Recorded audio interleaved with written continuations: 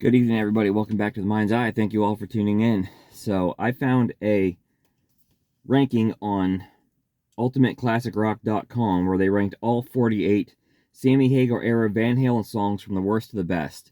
Now, I have not actually read down through this list yet, so I don't know what's coming. But I thought it'd be fun to just kind of go through this list and sort of give my thoughts in real time as I'm reading it. Of course, I don't know how Ultimate Classic Rock is going to rank these. I imagine that the big hits and the usual suspects will be towards the top, but I'm most curious to see where a lot of my favorite deeper cuts are going to fall. So I think this will be a lot of fun. And just to keep from this video being like an hour, I'm going to maybe just, I was thinking I would just do like 48 through 41 and then kind of give some thoughts, and then 40 through 31, so on and so forth, and then maybe I'll do the top 10 individually.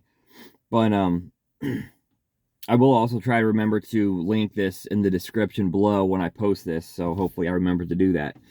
And since I'm pretty low tech here, I've borrowed my wife's phone so that I can read the list while I'm recording myself on my phone. So here we go. Number 48, Respect the Wind from the Twister soundtrack. Number 47, Strung Out from Balance. 46, Doing Time from Balance. 45, Learning to See from Best of Both Worlds. 44, 316 from For Unlawful Carnal Knowledge. 42, Balatrithnium from Balance. Or that was 43, I'm sorry. 42, Crossing Over from the Can't Stop Loving You B-side. And 41, It's About Time from the Best of Both Worlds. I think they got a lot of pretty obvious ones out early here. Respect the Wind, I can kind of see where they're coming from. It's not that particularly memorable of a track.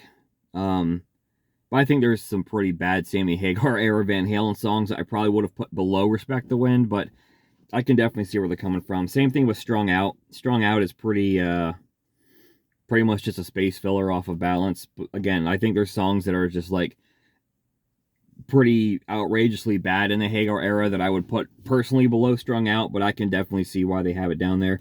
And then they're trying to like get a lot of the instrumentals out of the way, I think, like with Doing Time, which I kind of like. I really love 316. It's really just kind of a gorgeous little instrumental piece. And I love Balatrithnium. That would probably most likely be in like my top 20. I love that one. Crossing Over, I can kind of see it being down there as well. And those new songs on the Best of Both Worlds, none of them are very good. I'm almost kind of surprised. Learning to See was on here, right? Yeah, Learning to See and It's About Time are here. So I imagine Up for Breakfast has got to be coming up before too long. So here we go. We're going to go from 40 to 31. Number 40, Aftershock. Wow, really? 39, Can't Stop Loving You. I'm starting to really disagree with this list now. 38, Amsterdam. Now, this guy does not like Balance, apparently. 37, Pleasure Dome. 36, Up for Breakfast. 35, Not Enough. 34, Take Me Back, Deja Vu. 33, Feelin'. 32, Big Fat Money. 31, Apolitical Blues. Okay, first of all, apparently whoever came up with this list does not like Balance, so I just fundamentally disagree with them there because Balance is my favorite Van Hagar album. But you're telling me that Up for Breakfast and Apolitical Blues is better than Can't Stop Loving You? And Aftershock? Really? I love those two songs. I like Amsterdam a lot as well. Pleasure Dome, not my favorite. Not Enough, I can see that one being down here as well. Take Me Back, Deja Vu, I like that one. Big Fat Money, and then you got Apolitical Blues, which they think is better than all of these as well. Like, Apolitical Blues is probably my least favorite from this era of Van Halen. I never cared for it, but yeah. Now they got little blurbs here. I'm not reading them as I go through this. I might go back and read them a little bit later. Maybe they explain themselves.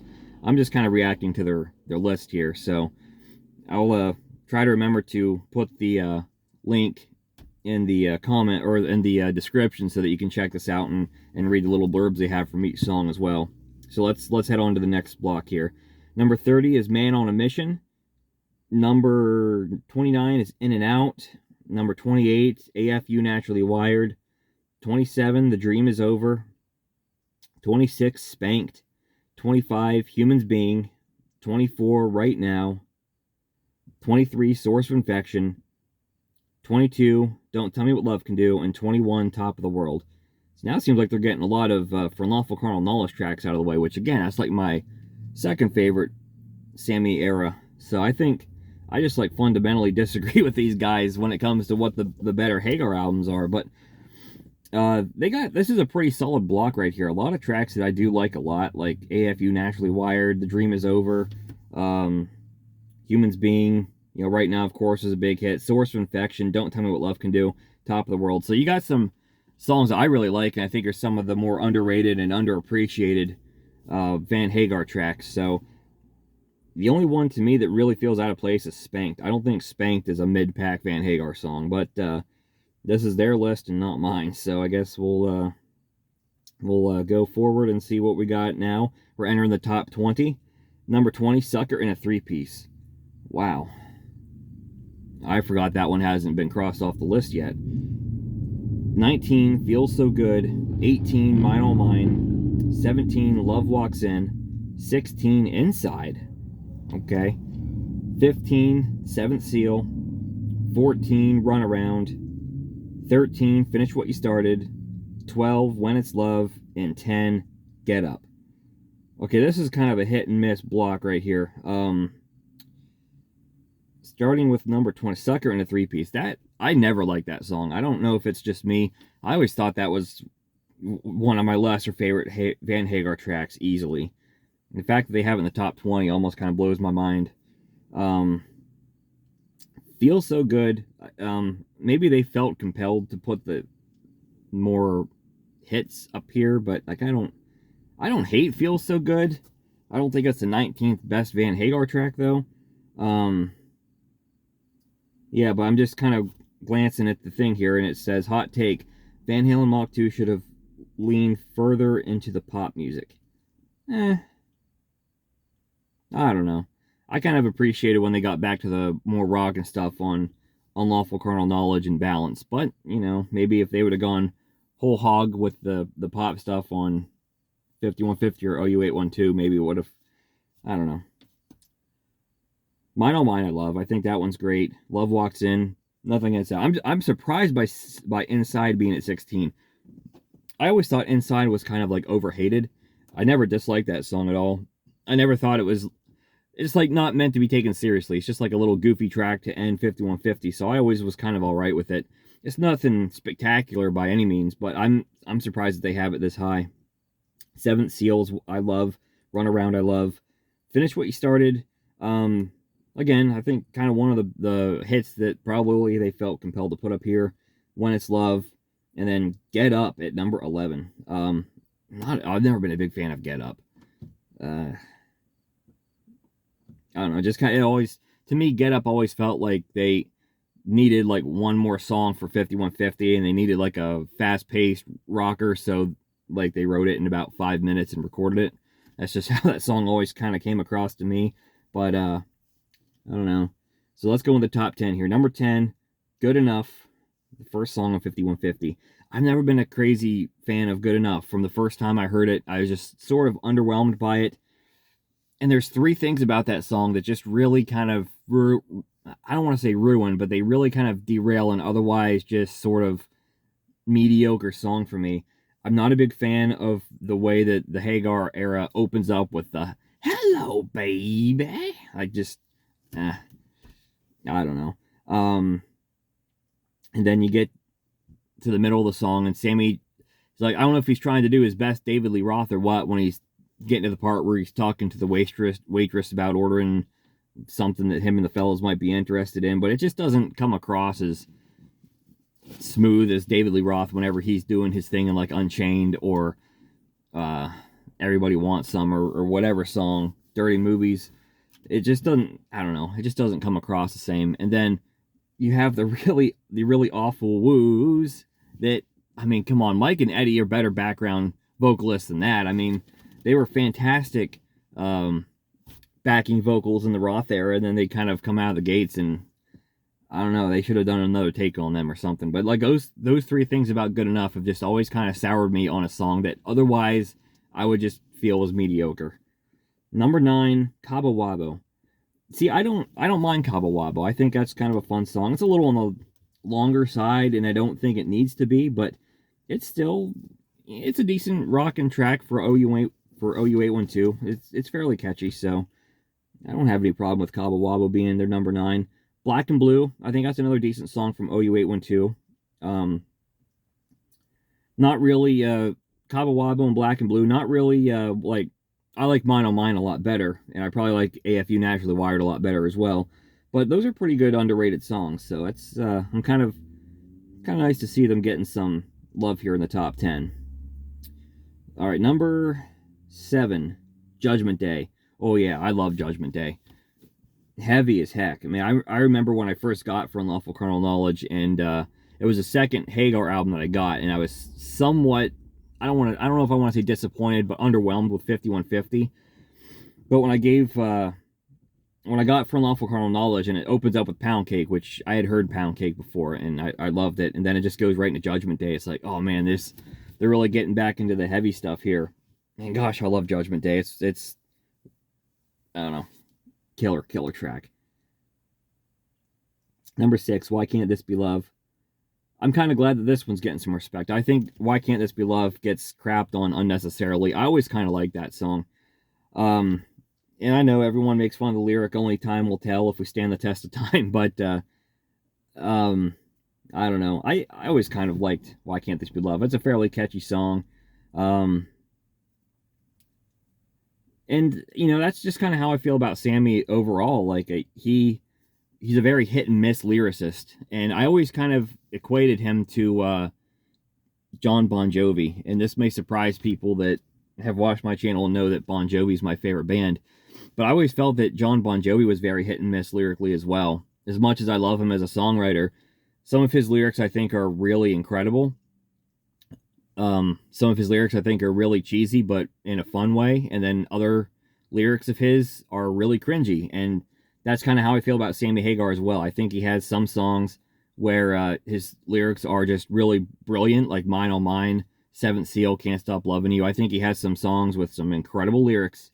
And then he's got some songs that are sort of cheesy, but on the fun side, and that's kind of how I feel about Why Can't This Be Love? And then he's got some other songs that are just, like, so cringy that I can't really get past it. And as I'm saying that, I just realized that the song that came into my head we have not crossed yet, so it's going to be in the top 5 somewhere here. Let's see if it's number 5. No, Dreams is number 5. I love Dreams. Keyboards or not, you know, I think Eddie Van Halen did some awesome stuff on keyboards, and Dreams is a good, fun pop song. I love it. It's one of my favorites on 5150. There we go. Number 4, Summer Nights. Talk about cringy lyrics, man. I could never get into this song, and it was one of those songs on 5150 I just could not get into, and I liked most of the hits on that album, like Dreams and Why Can't This Be Love, but songs like Good Enough and Get Up, and then when I get to Summer Nights, just, I don't know, it just wasn't doing anything for me. And to this day, like, I try listening to Summer Nights, and musically, like, the riff's okay. It's not really one of my favorite Eddie licks, even in the Hagar era, but it's alright. But then Sammy just starts singing, you know, Summer Nights in my radio. It's like, I don't know, that part kind of feels like I could have written that in 6th grade if I was trying to write this kind of a song. It's almost like if I would have been in whatever grade it was that I got into Van Halen, and I listened to the song Beautiful Girls off Van Halen 2, and I would have been 13 years old at the time. So I listened to Beautiful Girls, and I'm trying to write like my own version of the song. I kind of feel like I would come up with the lyrics to Summer Nights, except I would not write the line, they love it when me and the boys want to make love with our human toys. That I heard that for the first time, and that was like so cringy of a lyric I just had to skip on ahead. I don't know. Summer Nights is one of my least favorite Van Hagar songs. So I know there's a lot of people out there who love Summer Nights. More power to you. I'm glad you do. But for me, I just could never get into Summer Nights. Number 3, 5150. I'm glad 5150 is getting respect here, because that is a great song. And it is, for being the title track on one of Van Halen's, probably their most popular album with Sammy Hagar, but one of their most popular albums overall, it's really never mentioned. And it's such an incredible song. For one, I love the guitar riff, and I'm just reading here, the first line of the little blurb here is, God, that riff. Absolutely. I love the riff in 5150. And it's just an incredible track that just hits this nice little groove to it, and it just, for whatever reason, it just seems to be overlooked on 5150. I'm actually really happy to see this song up so high. I love 5150. Great song. Number 2 is Pound Cake. Great song, you know, hits really hard. I think it sets a good pace for Unlawful Carnal Knowledge, because they really get back on that album to the straightforward hard rock stuff. And that's, like I said, Unlawful Carnal Knowledge and Balance are the Sammy albums that I gravitate towards. So I gotta say, Pound Cake really kicks that album off very nicely. And of course, starting the song with the power drill is about as BA as it gets. Killer stuff. So, number 1, what songs left? Did we hit Right Now? Is it Right Now? No, we did. We must have hit Right Now at some point. Best of Both Worlds comes in at number 1. I've never been crazy about Best of Both Worlds. That's the one hit on 5150 I never got that into. It doesn't make me cringe nearly as bad as Summer Nights does, but I don't know. I never found the song that particularly interesting. Even there's some people that seem to really like the riff in that song, and it's a riff that doesn't do much for me. Again, Sammy's lyrics, they're not as bad as some of his other lyrics. They're not as cringy as, say, Summer Nights or Sucker in a Three-Piece or some of these other ones. But they're just not really lyrics I ever got that into. It's just not a song lyrically I was ever able to relate to. And it just never really grabbed my attention. Like, I loved Why Can't This Be Love and Dreams right off the bat, even before I got 5150. Because I think I had the best of album. Somehow I came across the best of album either right before I got 5150 or right after. I forget which. But I always liked Why Can't This Be Love and Dreams, and those were the 2 songs that represented 5150 on that compilation, and I loved them both. But Best of Both Worlds just never really grabbed me. I hear it on the radio a lot, and it's just like the one Van Halen song that comes on the radio that just does not excite me. So, I don't know. They're Van Hagar fans maybe probably like Best of Both Worlds better than I do. And I'm not a Van Hagar hater at all. Like, most of these tracks I really love, but some of these ones that I am not a huge fan of kind of worked their way to the top here. So, that was a pretty interesting list. Overall, I'm really happy to see songs like 5150 and Judgment Day really getting some respect and getting in the top 10, Cabo Wabo even. I think there's some songs that this list is really underestimating. And I'm just scrolling back. I don't think I really realized at the time, but they have Right Now at 24. Like, really? I think that song's really awesome. I love Right Now. But they clearly like 5150 and OU 812 better than I do, and I clearly like Balance and From Lawful Carnal Knowledge better than they do. So I think that definitely influenced our respective lists. But all in all, I mean, I can't. This is someone else's opinion, so more power to them. But I completely disagree with a lot of these picks. Some of them I kind of like, but I think I'm gonna do this. I think I'm gonna put all these Van Hagar tracks on a list and try to rank them from my least favorite to my favorite, and see how completely different my list is from this person's list. So as I've said about 100 times by now, I'll try to remember to link that list in the description so you can check it out and like read all the little blurbs that I kind of skipped over here. Let me know in the comments your favorite Van Hagar tracks, and like I said, I think I'm going to do that. I think I'm going to try to come up with my personal list of Van Hagar tracks from my least favorite to my favorite. That sounds like a lot of fun right now. So if you like this kind of content, please give me a thumbs up and subscribe to my channel for more videos like this in the future, and I will catch you next time.